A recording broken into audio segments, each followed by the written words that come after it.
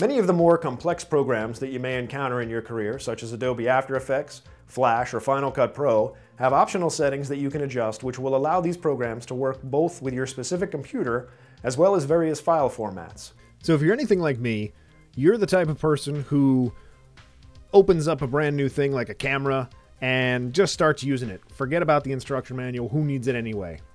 Well, Photoshop will certainly allow you to use it right out of the box, but if you take the time to set up a couple of different options, you're going to find that you get a little bit better performance out of it.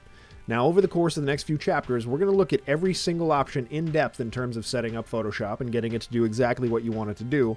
But I want to hit on a couple things before we move forward so that you can get started and consider this like a quick start guide. There are a few things that if you take note of them and change them around a little bit, you're going to get better performance out of Photoshop. So, let's start with the Preferences menu. One of the first lessons you're going to want to look at is in the Preferences menu, and it's called Performance. Plain and simple. Take a look at this memory usage, and you want to look at your history and cache here, and then scratch disk. These options are going to be different based on what you're doing and whether or not you're a PC or a Mac person, but Preferences menu, Performance, remember that. This is how Photoshop specifically interacts with your computer. So take a look at this video, which I'll link to right here. Okay.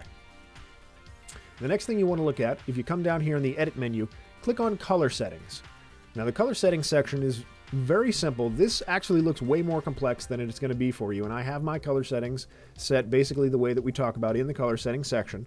But check out the color settings, because if you're working in RGB, which is red, green, blue, on a monitor, then you can stay with the default settings, but this one is better.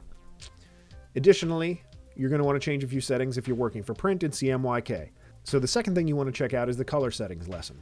From here, you can definitely get started, but if you have some time, the third thing that you might want to set up, go back to the Edit menu and come down here to Keyboard Shortcuts.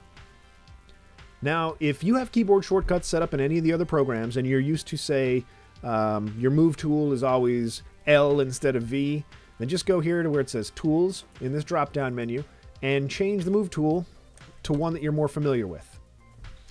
In this case, I'm going to keep it at V because that's the one I'm familiar with. It's the default across most of Adobe's programs.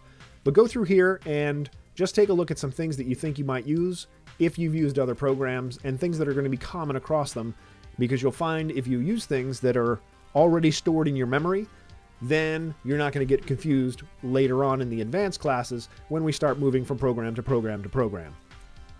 One easy example of this is the Fill tool, which in Photoshop is G, right here, Paint Bucket tool or Gradient tool, and in Flash it's K. So you might want to switch that to K. These three basic items are going to get you started, but over the course of the next couple lessons, we're going to take a look at the Preferences menu. We're going to take a look at every single one of the actual menus in detail. We're going to look at the tools, and we'll look at every one of the panels so that you know where to find any setting that you need to find. So jump right in, play around with Photoshop, have some fun, and then when you need some more information, all of these other options are available to you. That's all for this quick overview. Please remember to comment, rate, and subscribe below, and if you have any questions, send them to requests@mahalo.com.